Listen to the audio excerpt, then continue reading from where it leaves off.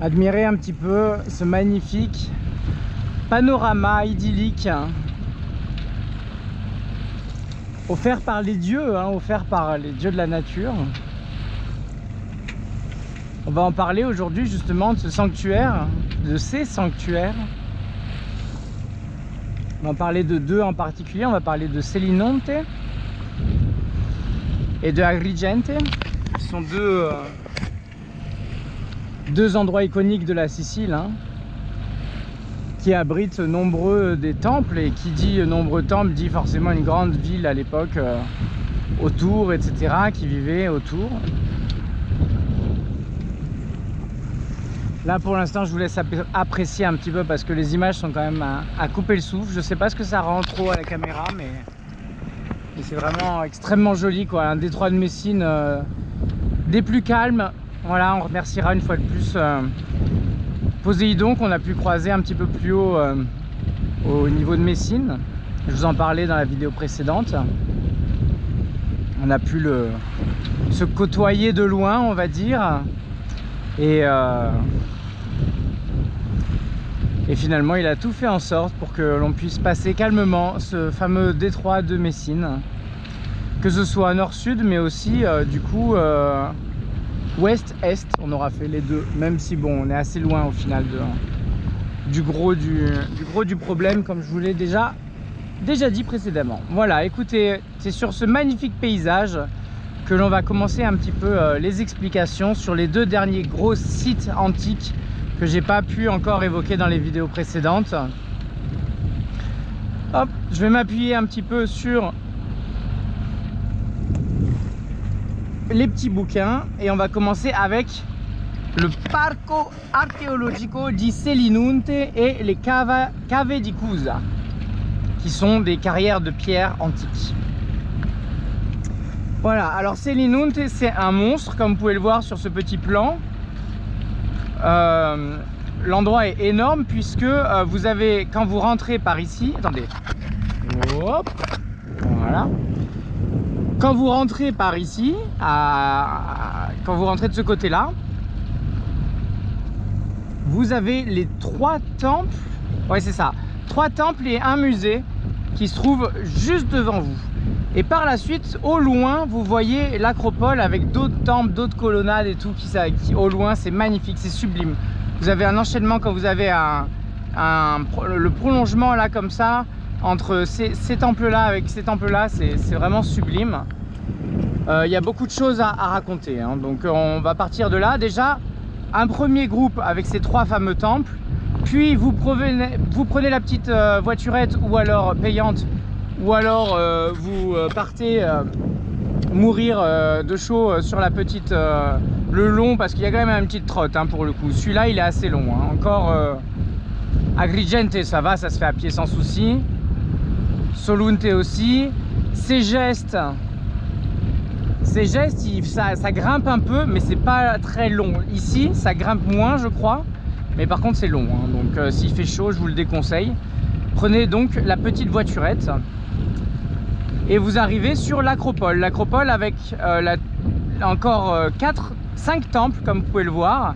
Ils ont des lettres parce qu'on ne sait pas exactement précisément à qui ça passe. Aussi fou que ça puisse paraître, ça c'est vraiment le truc qui moi m'a surpris énormément. C'est qu'on arrive dans des endroits iconiques. Les bouquins en parlent, les statues en parlent, les poteries en parlent, tout le monde parle de ces endroits-là. Et on ne sait pas à qui a appartenu les temples. C'est quand même... Enfin, pour quelle divinité ces temples-là étaient érigés. Donc, vu le nombre, on sait très bien qu'il y a toute la famille de Zeus et ses enfants. On l'imagine bien. Mais on n'est pas sûr à 100% quel est lequel, etc. Ce qui, pour moi, me paraît incroyable, quoi. De pouvoir dater précisément l'atome de pierre de quand il date, mais de ne pas savoir à qui appartient la divinité. Évidemment, ça a dû être dépouillé, etc. Puis après, des fois, certains, c'était sous des tremblements de terre. Donc je veux bien que ça soit compliqué, mais on peut bien retrouver une petite chouette d'Athéna, un petit quelque chose, quoi. Je ne sais pas. Et d'ailleurs, c'est souvent comme ça que ça se passe, mais aussi fou que ça puisse paraître, on n'a pas vraiment tous les temples, hein. Donc il y a des suppositions, moi je vais vous donner les suppositions les plus probables. Et voilà, on va partir de là. Alors je vais ranger ça que ça s'envole pas. Hop. Alors on commence directement avec le temple E. Temple E qui est celui-ci, vous voyez que c'est un qui est énorme et qui est visitable. Vous pouvez rentrer à l'intérieur et ça c'est une des particularités, comme je vous le dis, dans le sud de l'Italie. Certains temples on peut rentrer à l'intérieur. D'ailleurs Selinunte c'est n'importe quoi, vous pouvez aller où vous voulez, hein. Il n'y a aucune limite. À part le temple d'Apollon, c'est le seul où j'ai vu des barrières. Les autres on pouvait tous rentrer dedans. Voilà, donc vous allez voir, on va parler déjà dans un premier temps du temple E qui serait le temple de Héra, si je dis pas de bêtises. Oui, temple de Héra, c'est ça, qui est immense, temple dorique classique. Cette fois-ci, contrairement à ses gestes, il est fini, donc il a ses petits cannelures en plus dans les colonnades et il n'a pas les petits trucs en plus sur le sol, hein. Je crois que c'est le stylobate, mais il faudrait que je vérifie. Il manque un peu du fronton, etc. Mais à l'intérieur, on voit aussi une partie de la cella, donc de la pièce centrale, hein, parce qu'il y avait une première colonnade, mais il y avait aussi une deuxième pièce centrale dans laquelle étaient déposées les choses, et puis surtout dans laquelle il y avait la statue de la divinité. Je surveille, j'ai un petit bateau de pêche par là.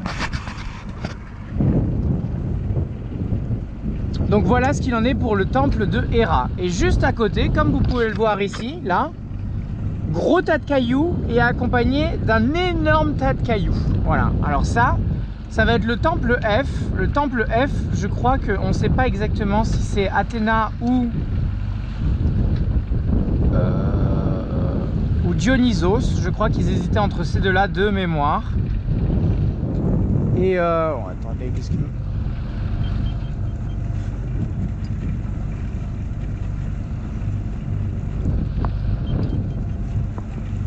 Ah, parce qu'il a des cannes de partout, etc. Donc on va juste faire attention. Peut-être qu'il regarde que derrière, il regarde pas devant, c'est possible aussi. Voilà, donc on continue. Le temple F, qui est un gros tas de pierres, malheureusement, et qui est tout un tas, comme vous voyez, un tas de colonnades effondrées. C'est magnifique, il y a une certaine poésie aussi là-dedans, où vous voyez tout qui est vraiment les uns sur les autres, hein. On aurait cru...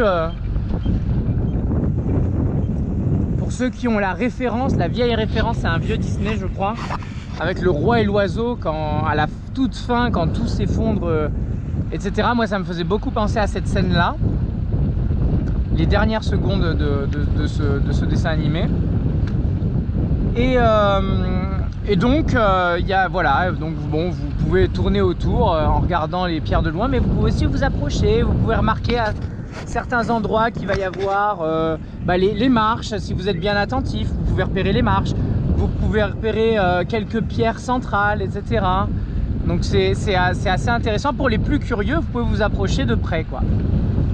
Et donc après, vous prenez la petite navette et vous allez sur l'acropole.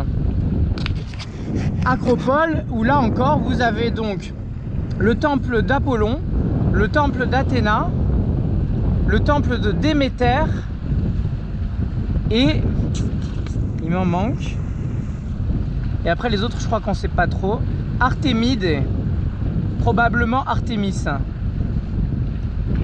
C'est le R et le B.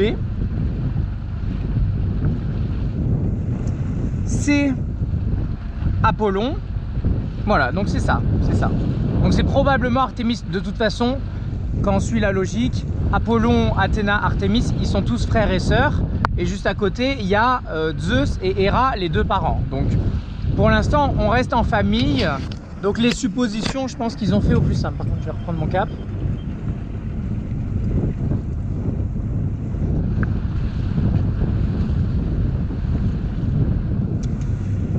Voilà, donc une fois que vous arrivez, la petite voiturette vous dépose. Moi, j'ai pris la visite complète où derrière, il vous emmène encore au sanctuaire de Déméter, etc. Il y a encore 2 petits sanctuaires.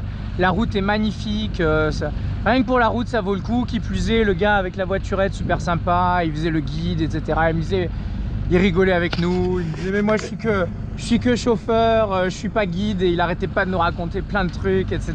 C'était avec de l'humour et tout, c'était très typique, hein. De toute façon, on n'a pas fait un musée sans que quelqu'un nous balade en nous expliquant la moitié des choses et tout, donc ça c'est vraiment précieux quoi.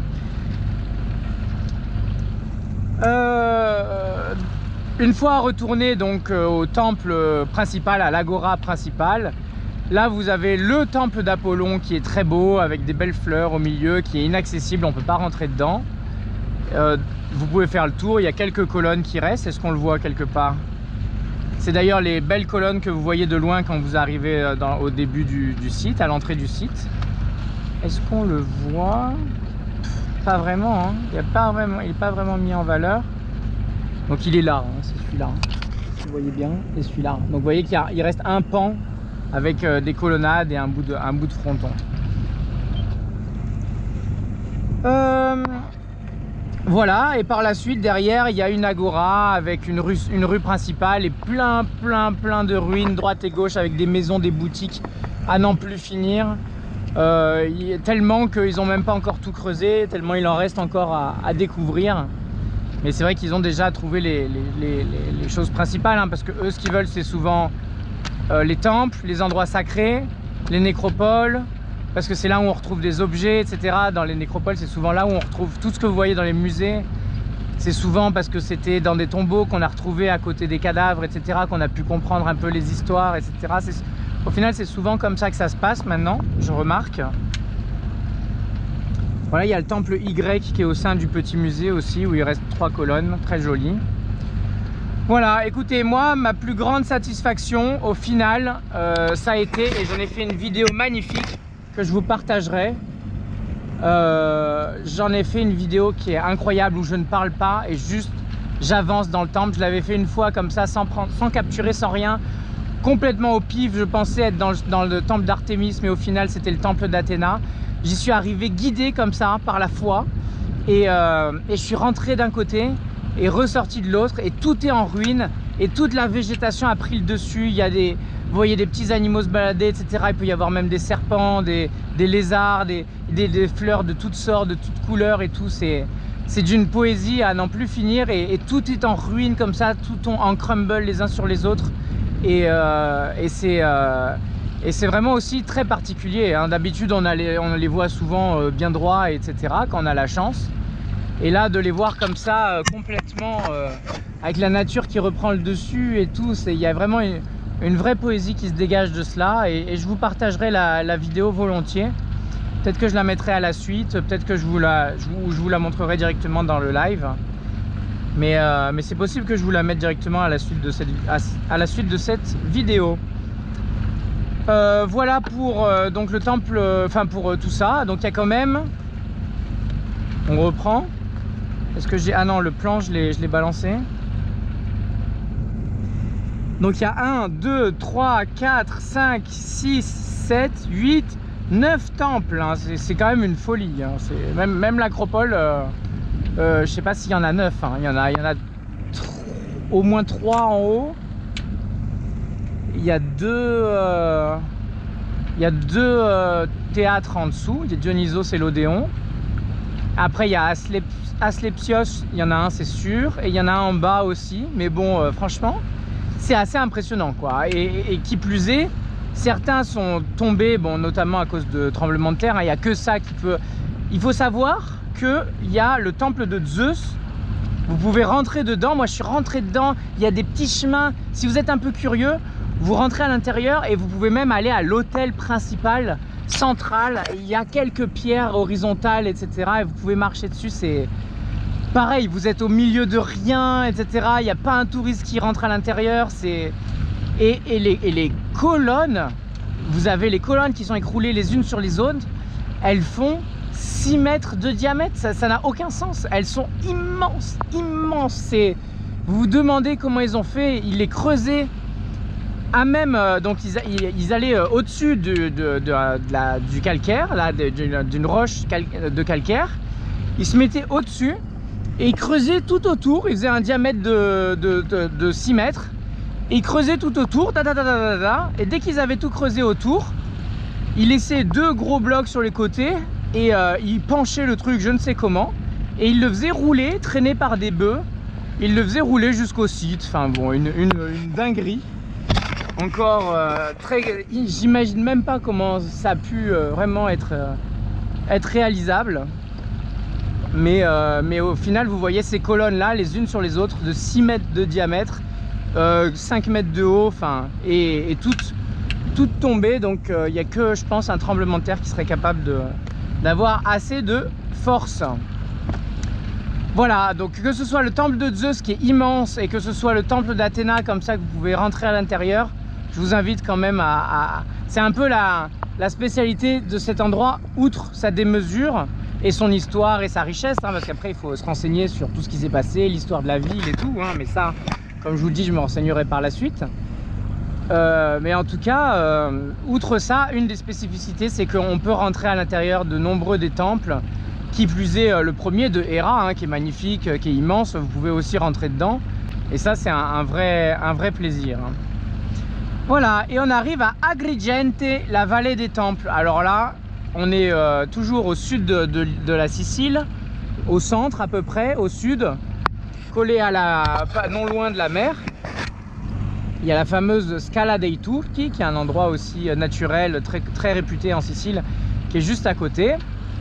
Et vous rentrez dans cette vallée des temples, et ça porte bien son nom parce qu'au final c'est une grande ligne droite de 5 km je crois, enfin en tout cas 2 km de temple, puis après en tout et pour tout 5 km à l'origine j'imagine, mais immense quoi, c'est une énorme ligne droite et tous les 1 km il y a un temple quoi, un gros temple, après 1 km plus loin un autre gros temple, 500 mètres plus loin un énorme temple, etc.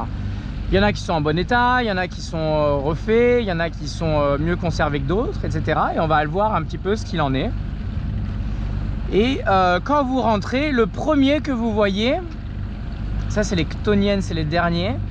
Le premier que vous voyez, c'est le temple de Héra. Voilà. Alors à Agrigente, un des soucis, malheureusement, vous voyez des temples magnifiques, mais vous ne pouvez pas rentrer dedans. Bon, ça paraît très logique dit comme ça. Mais vu que quand vous prenez l'habitude d'avoir la possibilité de rentrer dans des temples, ça a une saveur tellement particulière que quand vous avez ces petits cordages là qui vous empêchent de rentrer, ah bah ça vous enlève un petit truc, ça vous fait un petit pincement en moins, ça y a, vous voyez, ça fait un petit truc en moins quoi.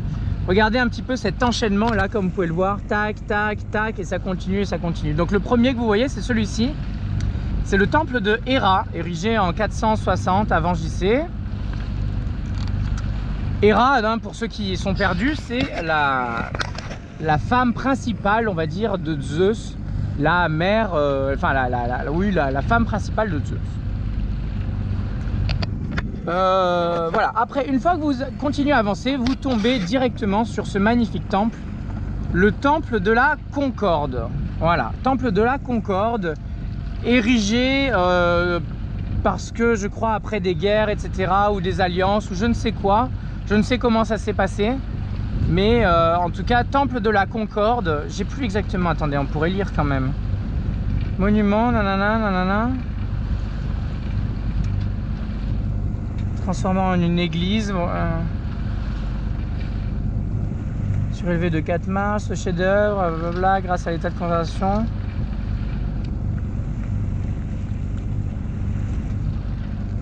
Non, ils disent pas, ils disent pas. Vous achetez un bouquin, 5 €, il n'y a même pas écrit pourquoi, pourquoi la Concorde.